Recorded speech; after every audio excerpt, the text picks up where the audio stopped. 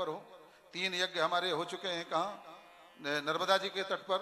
और हम ये चाहेंगे कि 3 यज्ञ हमारे गंगा जी के तट पर हो, फिर 3 यज्ञ हमारे यमुना जी के तट पर हो, फिर 3 यज्ञ हमारे गोमती जी के तट पर हो, 7 गंगाओं के किनारे 3-3 यज्ञ हो, ऐसी हमारी भावना है। आगे तो जैसे प्रभु इच्छा, जहां की भूमि जो है पुकारेगी वहां जाएंगे। ध्यान रखना, यज्ञ की भूमि इतनी पवित्र होती है कि भगवान शिव भी उसमें जाके लौटते हैं, परिक्रमा करते हैं। एक बार भगवान भोलेनाथ पार्वती जी के साथ में जा रहे थे पृथ्वी में भ्रमण करते हुए, और एक जगह ऐसी आती है जहां की भोले बाबा अपने वाहन से उतर करके और लौटने लग गए। सती पार्वती जी ने कहा, बोले प्रभु ये क्या कर रहे हैं, क्यों लौट रहे हैं? बोले देवी जानती नहीं हो, ये जो है महायज्ञ की भूमि है, अति पवित्र भूमि है।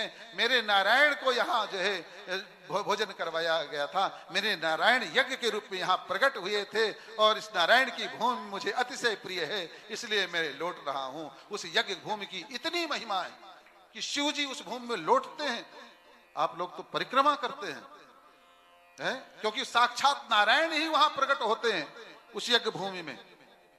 जो यज्ञ है वो यज्ञ को नारायण बोला जाता है। यज्ञ नारायण, यज्ञ ही नारायण है। भगवान ने स्वयं कहा है, नित्यम यज्ञ प्रतिष्ठितम। हे अर्जुन, मैं यज्ञ में ही सदा निवास करता हूं, और जो भक्त मेरा यज्ञ करता है, मुझे आहुतियां देता है, मुझे अतिशय प्रिय होता है, मैं उसको सदा अपने साथ में रखता हूं।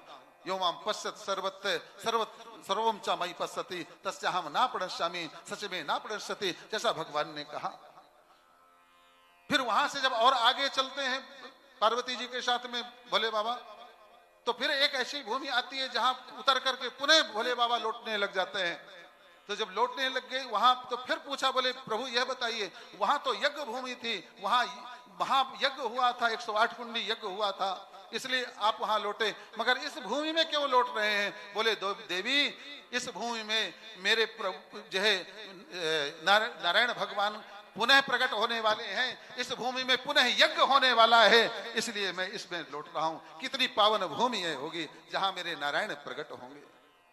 तो जहां नारायण प्रकट होते हैं, यज्ञ होता है, वो भगवान का साक्षात अगर देखना है तो यज्ञ में आइए यजमान बन करके, और उसमें आहुतियां दीजिए।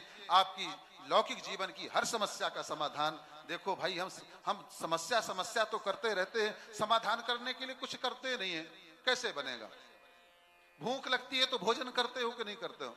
ऐसे जीवन को अनुपम बनाने के लिए यज्ञ से जुड़िए, और ये ऐसा सौभाग्य शायद कभी